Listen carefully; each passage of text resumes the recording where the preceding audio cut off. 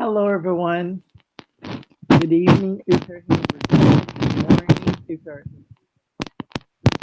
Good morning if you are, I don't know, elsewhere in the world. We're very happy to have another talk in this amazing event, which is ELF Week, idealized by Priscilla, our dear moderator. And today I have the honor and the pleasure of bringing you our last speaker of the business days, because tomorrow we still have someone. Yeah. So, Edu, will you do the honors and read her bio?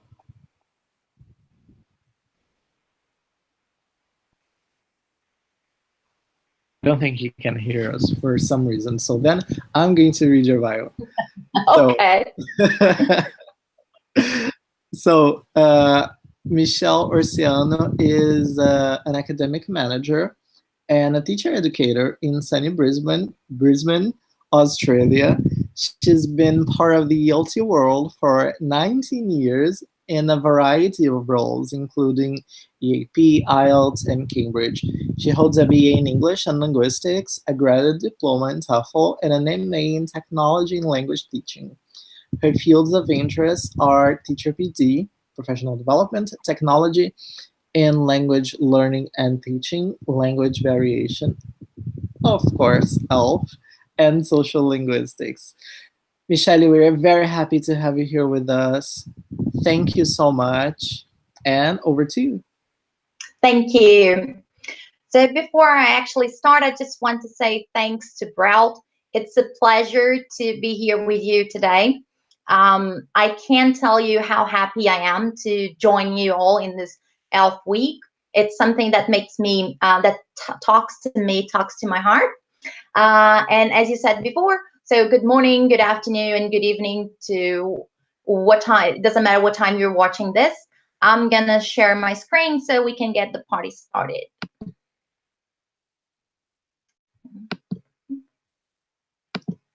And there you go. Okay, so yes, we can. Translanguaging and ELF walking hand in hand. And if you see the picture, you can kind of imagine that this talk is a lot about social justice as well. So let's move on. As an ESL, EFL, or ELT professional of any kind, we need a warmer. So let's go. I have a couple of words here for you. I just wanted to unscramble them. So have a look at the first one, and the second one, the third, and the last one.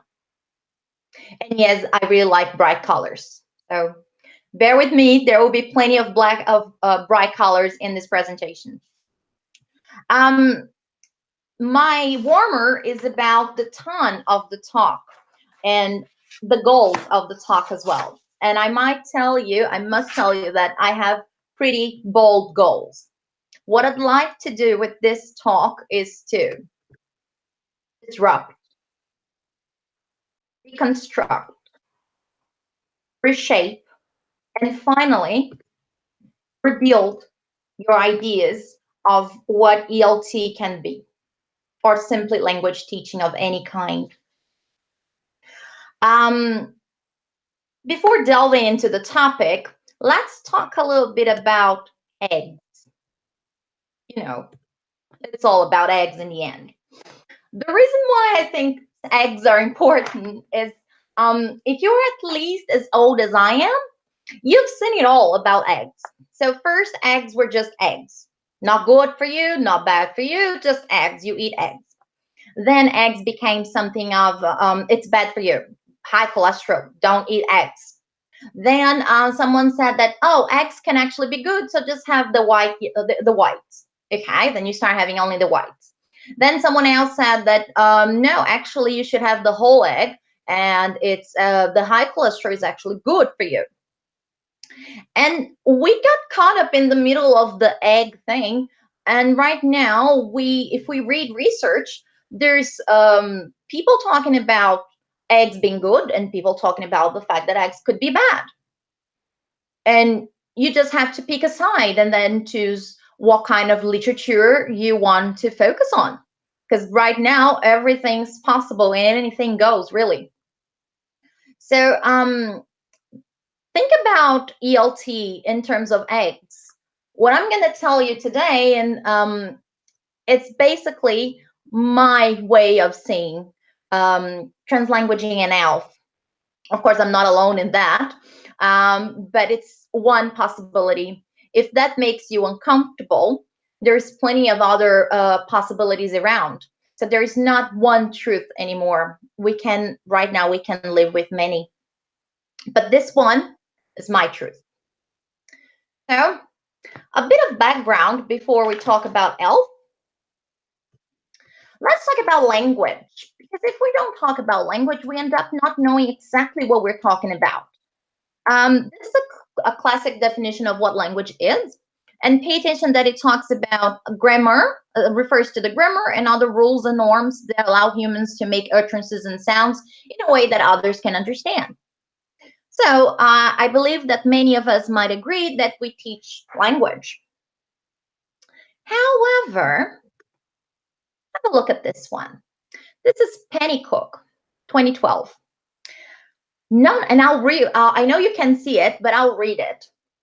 None of us speaks a language as if this were an undifferentiated whole. We do not learn languages as if these were discrete listings of syntax and lexicon, despite what years of schooling and tests may try to tell us. Rather, we learn how to do certain things with words and with varying success. So think about the idea of what language is and what kind of definition would you use when it comes to language. I actually prefer to think of discourse. Power, knowledge, and ideologies together with the meaning of both what was said and what wasn't. And instead of merely teaching language, I think that maybe we could think about teaching discourse. And which leads to one of the most important books I've ever read in my life, Language and Power by Norman Fairclough. If you haven't read it, please do. It's a masterpiece, I'd say. And it was one of the books that shaped the professional I am today. But this is Norman Fairclough, and he's not Brazilian, obviously. Another book that talks about language and discourse, obviously, that changed who I am and my practice is this one. Oh, sorry, there's a quote from Norman Fairclough. So, conversations are human interactions where power is encoded. All discourse is ideological as participants bring their worldview and status to conversation. So if you think that you're simply teaching language, think again, because if you're saying it, it is ideological already. But let's go back to the other book that shaped who I am and so many other professionals around the world. This one. And apologies for those who don't speak Portuguese or don't know Marcos Banho. It is a pity. I've tried to find this book in English. Unfortunately, I couldn't find it. And Marco Banho, if you're listening to this, which I find odd, but let's translate it. The world needs to read Preconceito Linguístico. It's a book that I believe that every single teacher, at least Brazilian teacher, should read. And I'll give you a quote from the book that I think it's very meaningful. It's about cakes. So we had eggs and now we have cakes. This one is in Portuguese, so come with me. Uma receita de bolo não é bolo. O molde de vestido não é vestido. O mapa mundi não é o mundo. Também a gramática não é a língua. So I think it's very clear that what we're doing is teaching much more than simply grammar and lexicon. All right, let's move on. Repertoire. I remember that was in 2004, 5 actually, when I heard the word repertoire for the first time. I was still a student in PUC São Paulo, and my dear, dear teacher, and I like to call him teacher instead of professor because he's very close to me, Claudio Piccolo, talked to us about repertoire and what it actually meant. Ever since, I haven't forgotten, and I use it on a daily basis. So, linguistic or verbal repertoire, in this case, is the set of language varieties used in the speaking and writing practices of a speech community. In other words, the linguistic repertoire of a speech community includes all the linguistic varieties, registers, dialects, styles, accents, which exist in this community. So a repertoire. There's also cultural repertoire, which is very important. Finally, we have post method. I think it's important to talk about post method because much of what we do is still focused on the direct method and the communicative approach and all the other methods before that. When it comes to post method, I believe what we have to do is anything to promote learner autonomy. So let's read this one. This is from the British Council. Rather than subscribe to a single set of procedures, post-method teachers, and practitioners like you and I, are dissatisfied with the conventional concept of method and adapt their approach in accordance with local contextual factors, while at the same time being guided by a number of macro strategies. Two such macro strategies are maximize learning opportunity and promote learner autonomy in any possible way. I have another quote here. This is from Penny Cook. And you might see that, you might realize that I really like Penny Cook. I think most of his writings are incredible. Methods reflect a particular view of the world. So remember the egg conversation we had, and are articulated in the interest of unequal power relationships. So keep that in mind as we move on. Because now that we talked about a little bit about background, let's focus on what traditionally English language teaching was. So English language research in general was separate from other language types of research. And if you doubt what I'm saying, please don't. You can definitely read Alicia Kogo's article on conceptualizing ELF as a translanguage phenomenon. And so English was seen as something separate of other languages. And then multilingualism was also separated. Right now, what researchers have been trying to do is to think about English, and not as English as a lingua franca, where English is given the most important part of research, and the lingua franca, meaning that we just use ELF because other people speak other languages, and we decide to use English as the lingua franca. So what we're trying to do now is to forget about English as a lingua franca and have English as a lingua franca, meaning English is just one more bit of the research, and putting together multilingualism or simply bilingualism together with English and give both importance, the same importance. So English and whatever other languages are being spoken is what we should be doing, and we're starting to do right now. And then you said, okay, but I came here to see you talk about translanguaging. All right, I'm getting there. And what is translanguaging? You might be asking yourself if you haven't Googled it yet. So initially, it's translanguaging is not a new phenomenon, not at all, but it was coined. The term was coined in 1994. And there were a couple of Welsh researchers, and they were studying how people were they were talking to students in Welsh, and they would reply in English, and vice versa, and they gave the name of translanguaging.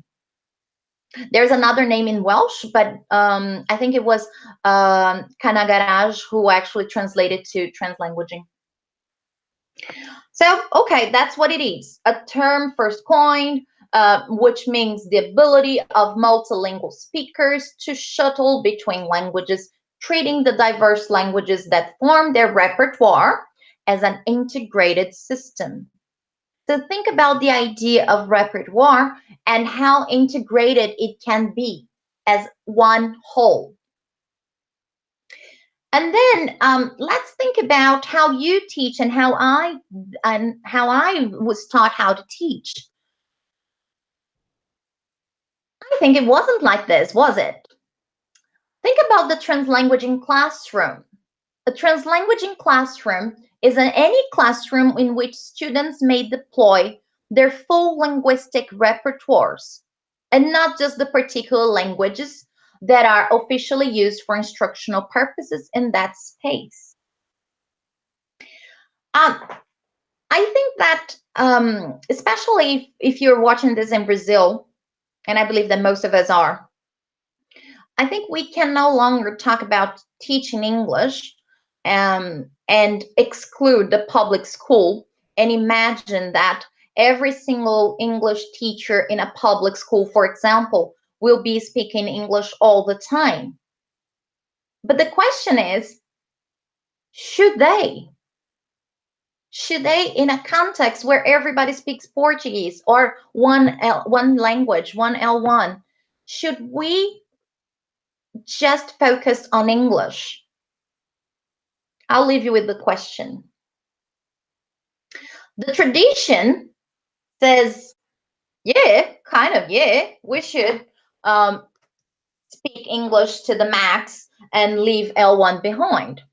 So traditional conceptualizations of language based on constructions of standards and norms, and please, I have nothing, I think there's nothing wrong with standards and norms. I think we need them. But if we talk about them for just a bit and think about the people who are actually learning the language, we end up having a we versus you. We being the powerful people who actually can speak the language very well, and the you with the people trying to learn the language and feeling that they have broken, in our case, English. Is that what we actually want? People to believe that they have broken language. So the standards and the goals of language education were basically to teach a second language to on who could only add to a linguistic and cultural identity that is left undisturbed. And finally, to others who are unlikely to participate meaningfully. And then again, I'll say, you might be asking and saying, but I didn't go through that. Maybe you were lucky, but so many people have. And you might have heard, like I've been hearing a lot here in Australia, but teacher, my English is broken. But teacher, I'm not good enough. But teacher, I'm just a migrant. And let's go back to Brazil and think about all the refugees and the immigrants we're having right now. Can you imagine how they say, what they could be saying about Portuguese? But teacher, my Portuguese is broken. The same way. I don't actually think that that is good. So in the past, what we actually had, and please look at the image, was a pedagogies of complete separation, where you would have English, and I'll keep saying English and Portuguese, but please use any other language you speak, where you would have English is taught in English, Portuguese is taught in Portuguese, and they would never meet. And as you can see from the picture, they somehow started together and then they drifted apart. I think that right now in the world, what we actually need is this. Pedagogy is based on diglossia. Pedagogies in which you could use two separate and distinct sets of language and speak, whether you just speak English, you have varieties of English. So that's also could be seen as diglossia. So let's think about integration instead of separation. And when it comes to integration versus separation, let's think about bilingualism. And what kind of bilingualism are there right now? And there were in the past. So have a look at the picture. Think about these people. We have subtractive bilingualism for the others. So let's think about refugees, migrants, people that had a home language and had to learn, moved to a different place, probably for looking for better opportunities, and they had to learn a second language. They had to learn another language. And then these people are usually seen as, oh, okay, you have broken language. Versus these other people, have a look. Additive bilingualism. So for the elite, people that decided to learn another language just because they believe that that would help and that will show how powerful they are and social status. And then we have, oops, sorry, this one. If you still think I'm crazy, that was a tweet from a couple of months ago. Princess Charlotte already speaks 2 languages at just 2 years old. Isn't she cute? And I have nothing against Prince Charlotte. I think she is cute. But don't you think that so do most children of immigrants? But hey, I guess it's less impressive when they're poor. So speaking 2 languages or more, being multilingual or bilingual, could be an issue instead of being something great. And that depends on your social status. So basically what we have is subtractive bilingualism and additive bilingualism.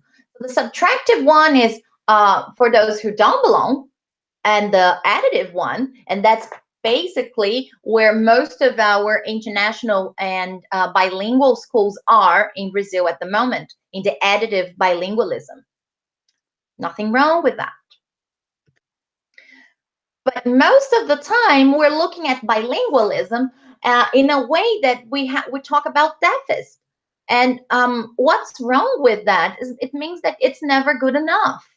Your proficiency will never be high or good enough.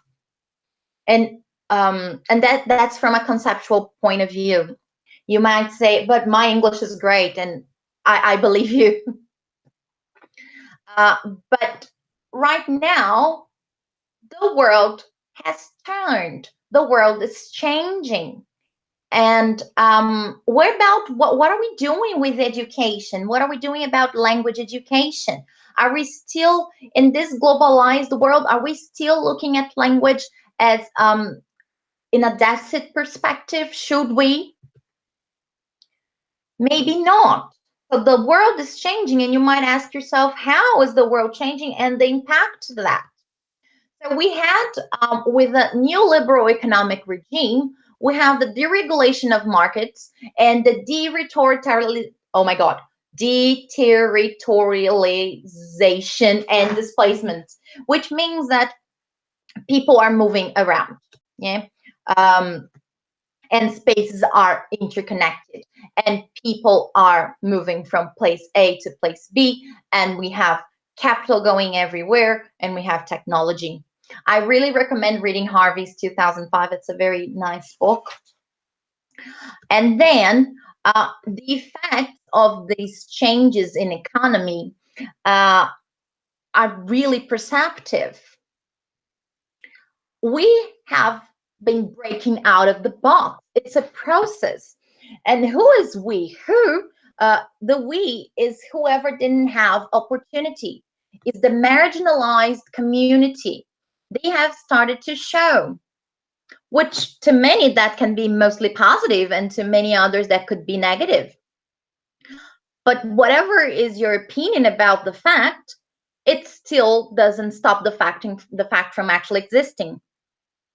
So marginalized communities are showing, and they want something. And when it comes to language, we have the fact that the breakthrough has brought power, and even the powerful ones no longer can live with only one language. And even bilingualism is not good enough. You need, even if you're powerful and if you have money, you still need more languages. And so the powerful is started to move around as well, not only the poor. So breaking out for the poor and for the rich means that we now have dynamic bilingualism. It's a different type of bilingualism. It's complex, it's interconnected, it's multiple. And we should no longer see it as in a destined perspective. It means that everybody have the potential of speaking as many languages as they need or want to, and all of them are somehow connected, and they become part of their repertoire. So bilingualism or multilingualism can actually reshape how we think about second language education. So it's not about a second, meaning that it's an inferior language, but instead of second language, it's a new language with features and practices that, when together with the first language or the home language you already speak, will create your linguistic repertoire. So language learning becomes dialogic. It happens together in two ways, and it's formed through social interaction. So think about the lack of separation. There is no separation. They should walk hand in hand. And I'm going to use and show you some examples, and they are in Spanish, but I'm sure you would understand in Portuguese. Have a look at that. I speak Spanglish, 7 days a week and 24 horas all day. So we could easily write that in Portuguese, couldn't we? And then you might be thinking, oh, but that's code switching. Hold your horses. I'll talk about that in a minute. I have another example, and this is from an article from a study from Ophelia Garcia. So the teacher says, this tree is bigger than that tree. The tree is bigger, that tree is smaller. Okay. And the student says, this tree is grander. So that's the student using her linguistic repertoire. And within her community, she wouldn't have an issue or problem getting being understood. The next bit, I actually have a video, and you can see the link somewhere on YouTube. And I'm not going to play that for you, but it's George Lopez talking about Spanglish. And everything pretty much what he says pretty much relates to any other language. Have a look. It's 6 minutes of pure fun. But I said that I was saying that I said it was not code switching. So it is not code switching. When the girl says the tree is grander, that's not code switching. That is, roll drum. That is actually translanguaging. Yeah. They're using their full language repertoire of features to make meaning and extend their repertoire. So it's not a failure, and it's not only a linguistic resource. It's much more than that in this perspective. Yeah. What they're doing is they're using their own language features connected in interrelationship with new ones. So she knew grande, and then she understand that she needs to use er, so she made grander, and there's nothing wrong with that. They're constructing their dynamic bilingual or multilingual repertoire by adding features to those they already have. And please don't believe that people will start mixing, let's say, Portuguese and English all the time because they are not good enough in neither languages. That's not what happens. The way the girl was speaking, it means that she has the possibility within her community to be like that. Had she have to only speak in English, she will in the future. Yeah, but it's part of we have to look at language as repertoire. So everything you know is part of the repertoire. And then we also change the perspective of language learners and what they mean. So they're not actually language learners, meaning they have a goal, a target that could be unlikely to achieve. They become emergent bilinguals. Much more than that. And I'd like you to think that it's not only a change in language terms, but it's a change in perspective. When you become an emergent bilingual, it means you can do it. When you're a language learner, maybe the goals are too high and you might feel you'll never get it. So in the end, we are voices always under construction. Always under construction. Translanguaging is a magical word for me and a wonderful concept because it equalizes the distance between home language and what happens in school. And if you're thinking, oh, but here in Brazil, we just teach English in a language school. But that's not the only thing that happens. We have so many other contexts in Brazil, and we need to think about those too. But in either way, translanguaging equalizes and normalizes multilingualism. So speaking more than one language becomes natural. And when you walk on the street and you hear other people speaking it, you don't find it weird.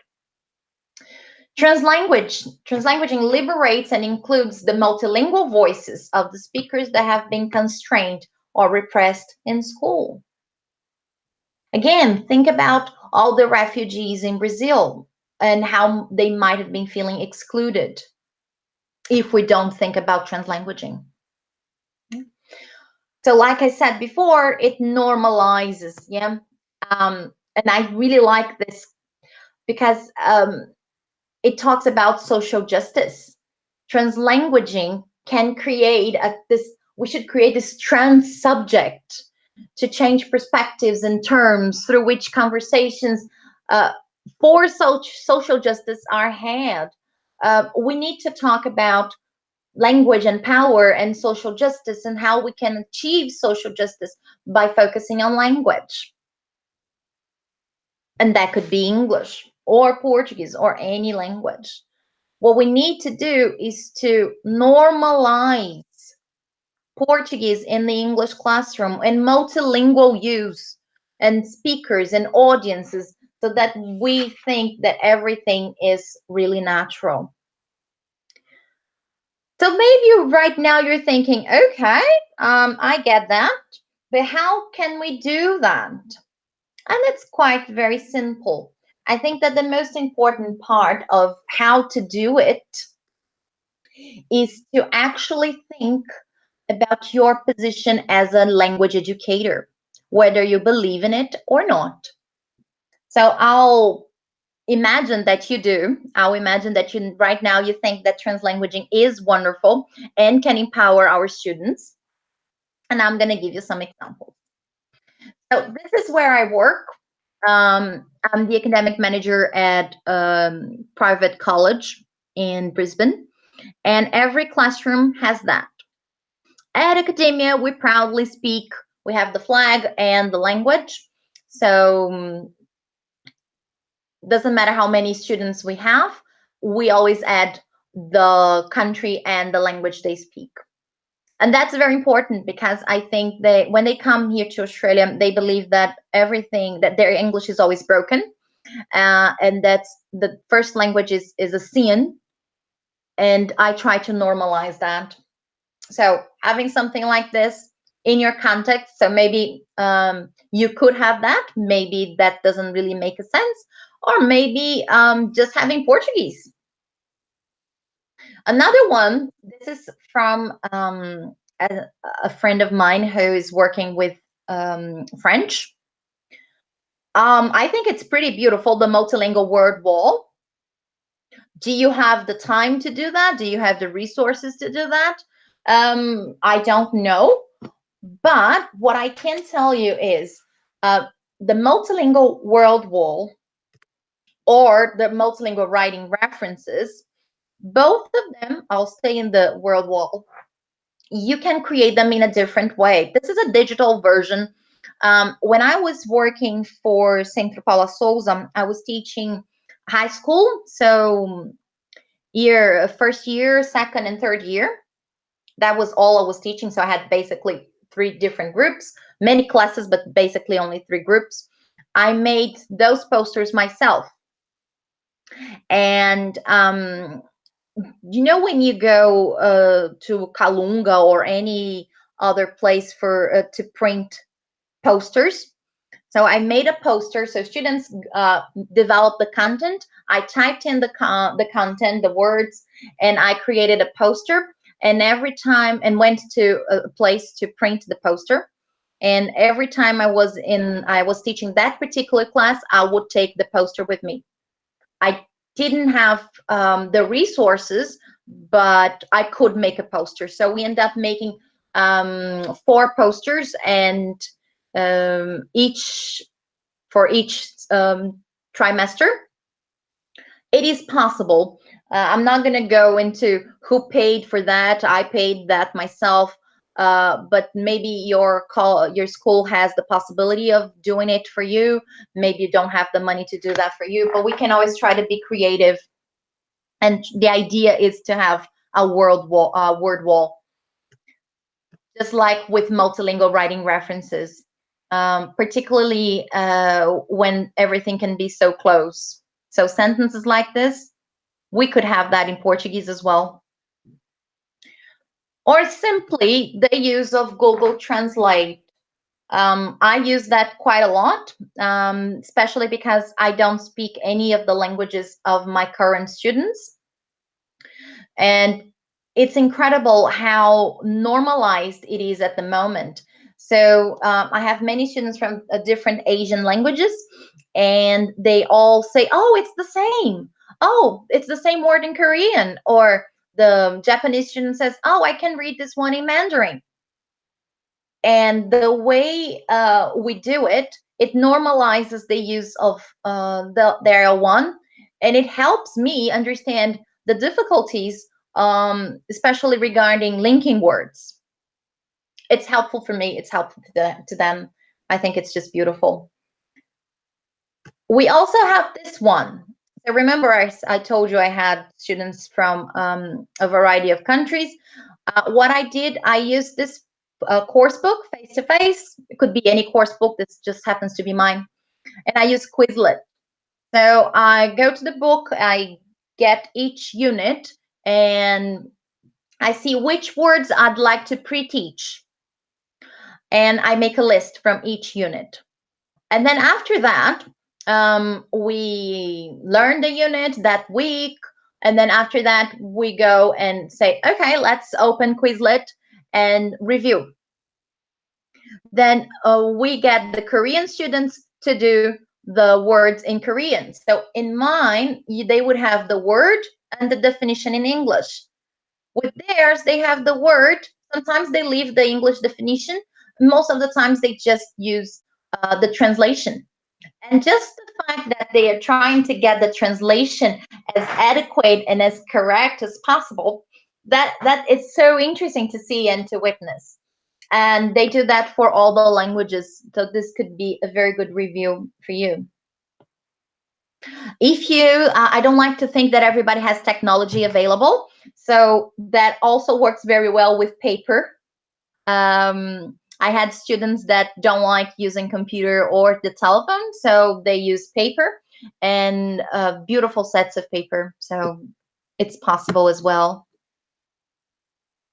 So these are some ways of to use translanguaging. And why should you do it? There is a reason. Why should you incorporate and believe that your L1 is great?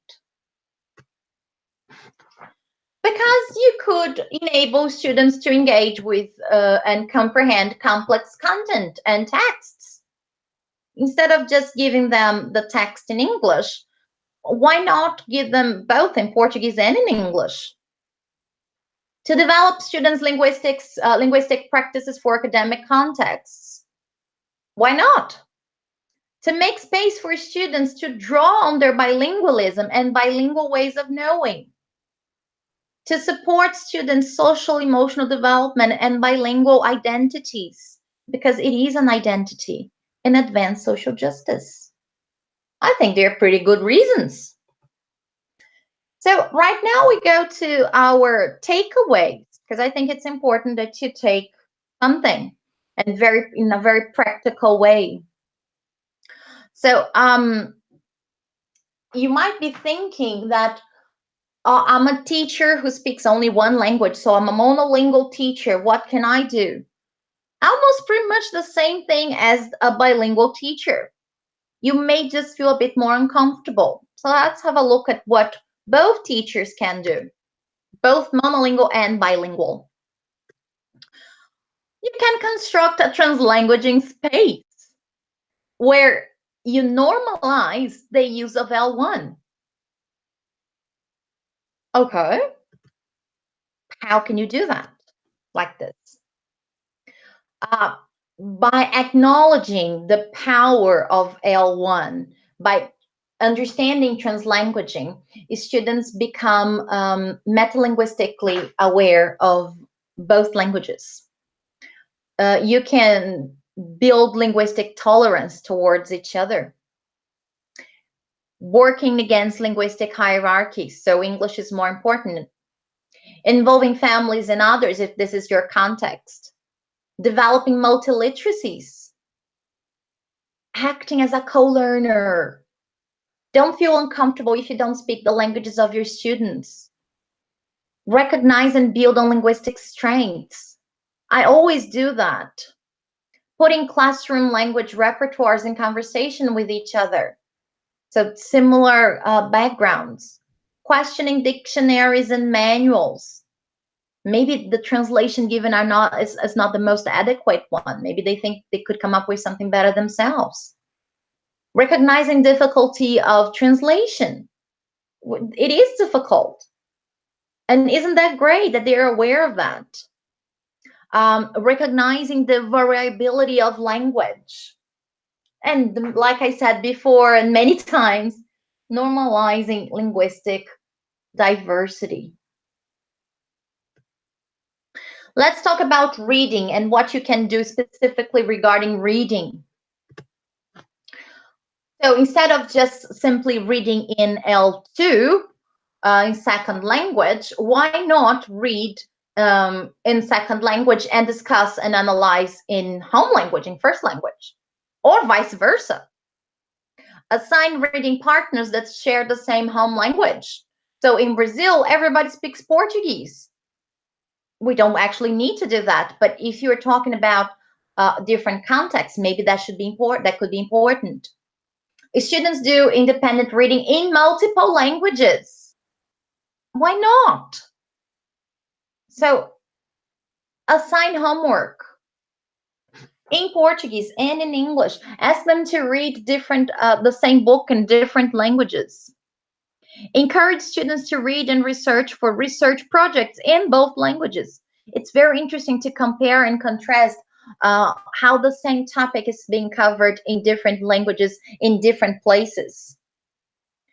Supplement second language readings with home language readings on the same topic, like I said before. So that was reading. Let's see writing. Consider using an audio record if you have that. An audio recording can be something very easy to find if you have technology around you. Maybe not, but think about it. And they can have the ideas first in the first language or in both languages, and then it doesn't matter whatever language they use. After they record their ideas, they transfer to writing in second language.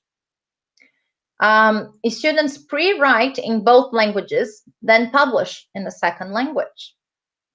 Assign writing partners, like we said for the reading, for the similar languages. Have home language, write first in home language and then translate the text into second language.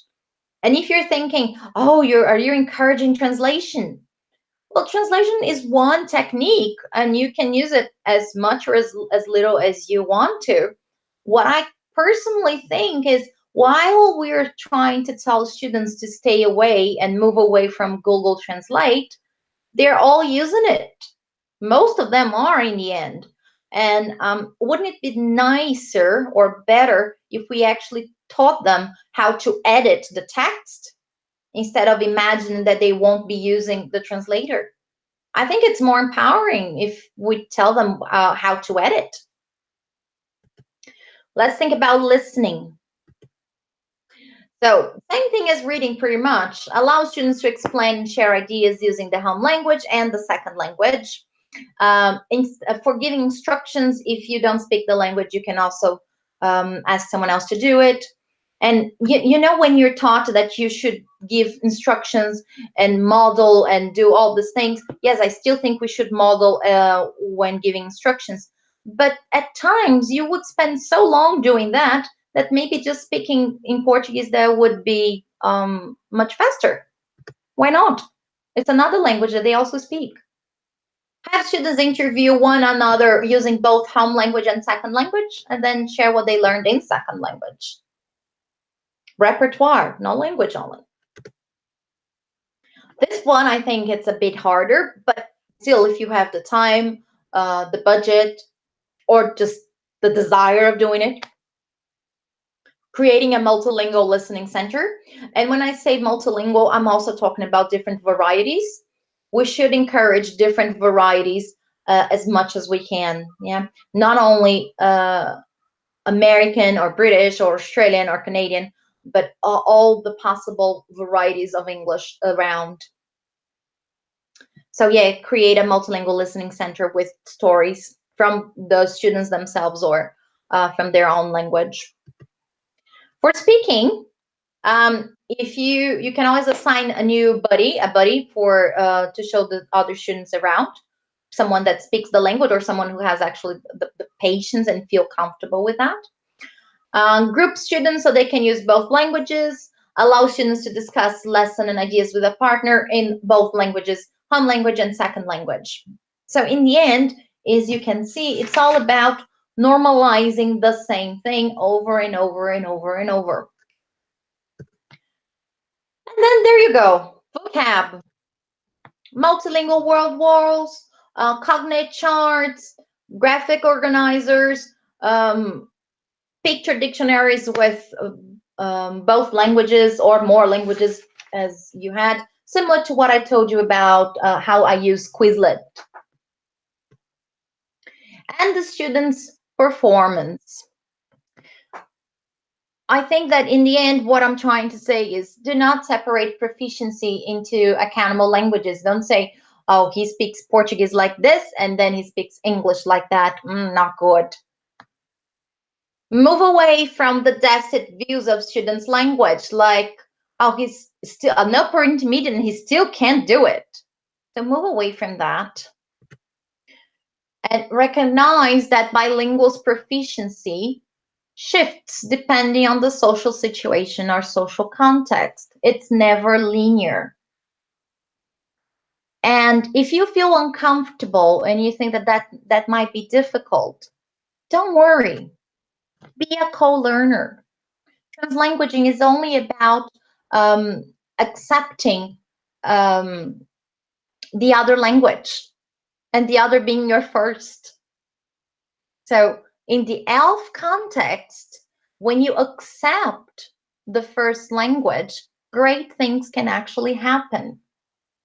And as a co-learner, think and remember Paulo Freire, who says this very important quote: whoever teaches learns in the act of teaching, and whoever learns teaches in the act of learning.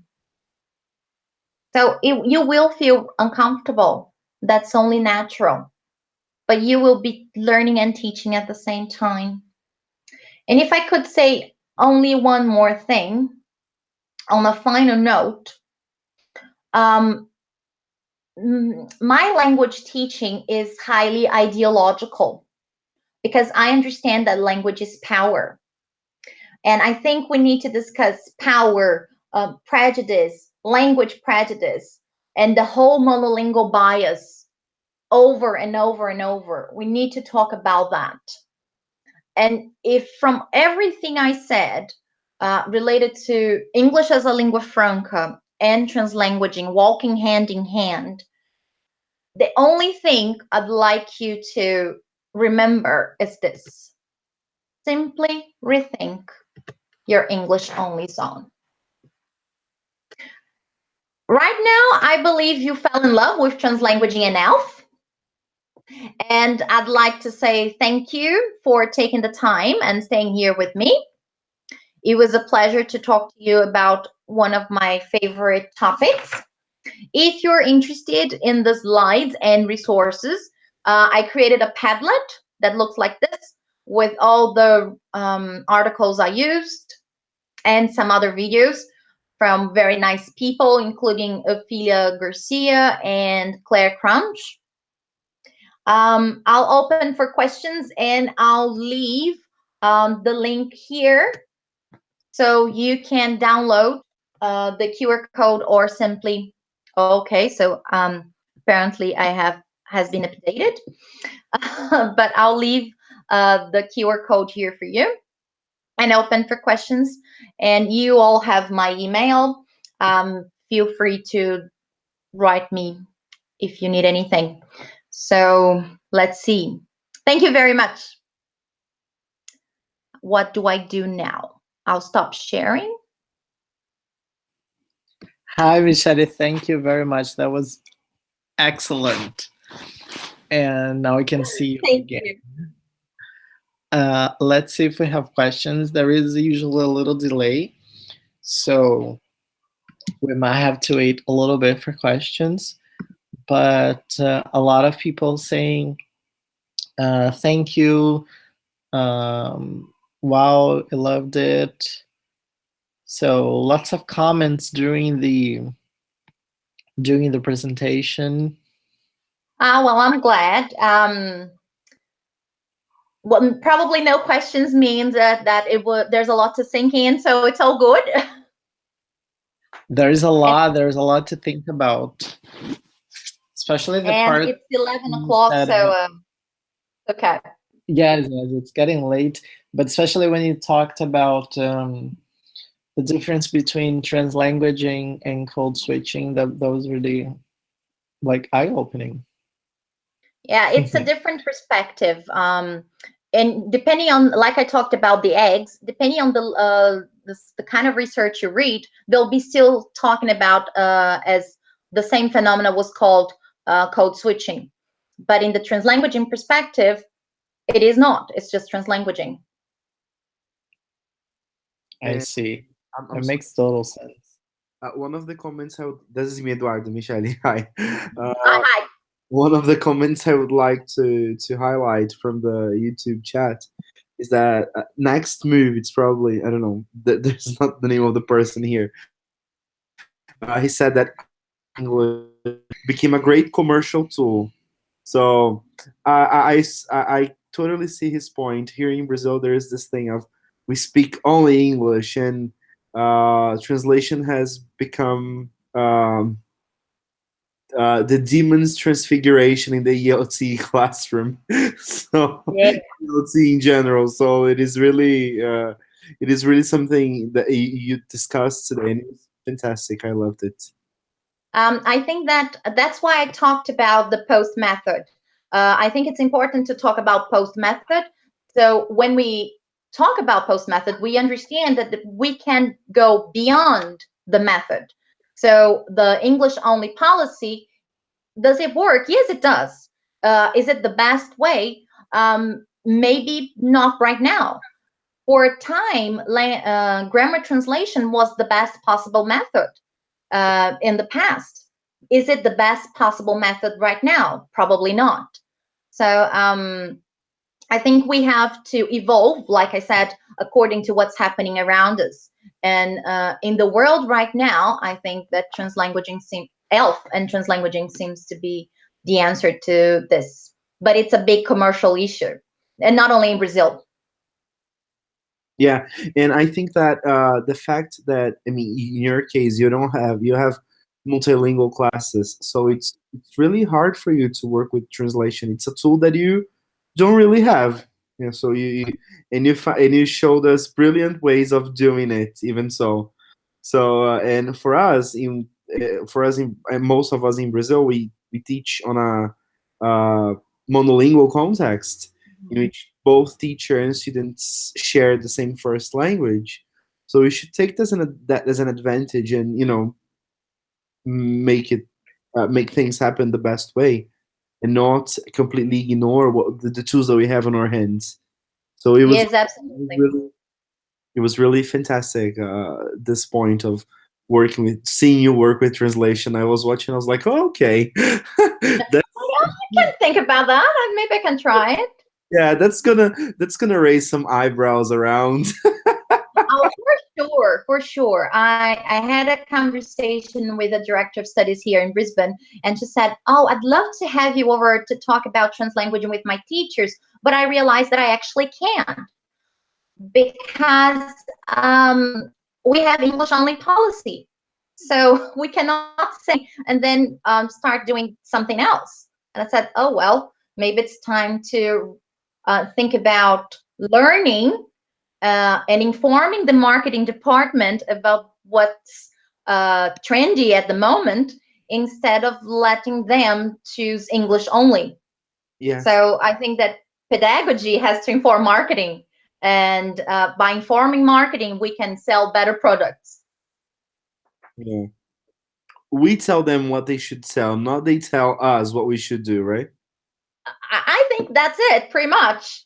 Do we have the power to do that? Maybe not yet, but we have to start somehow. Yeah. Michelle, we have a question from Elizabeth Matei, our dear Bet. She says, I work in a municipal school in Rio, Fundamental 1, and I Okay. speak Portuguese and English. Am I translanguaging? You could be. If you think that you're giving both languages the same status, yes, you are. If you're using only Portuguese because you think that it might help them because, oh, poor thing, they don't understand English, then you're not.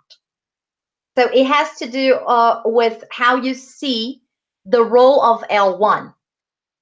Translanguaging practices are very easy if you think about it. It's very simple. But what is behind is the concept. If you think, no, actually, it's a conscious decision of using in Portuguese because Portuguese is as great as English. And right now, in this context, if they use Portuguese, that would be better for them to help the other language and the other way around. So, yeah, you could. I see. Thank you. Well, any other questions? Well, if you have questions, I'm more than open. Drop me a line. and we can continue the conversation online. Awesome, awesome. So I'm just going to wrap it up with a comment from Next Move, as it is said, probably in English school. It's pretty convenient to look at students and say, you have to think in English without teaching them what it means to switch from one language to the other. I personally find this, you have to think in English, something so difficult, because like, how do you control your thoughts like that? It's not simple. It's not a button you press, right?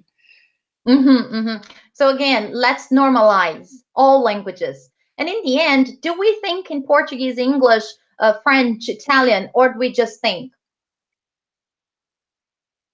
I'll leave that as a question for another BrELT week. Good, good. We're very excited, hopefully, to have another one.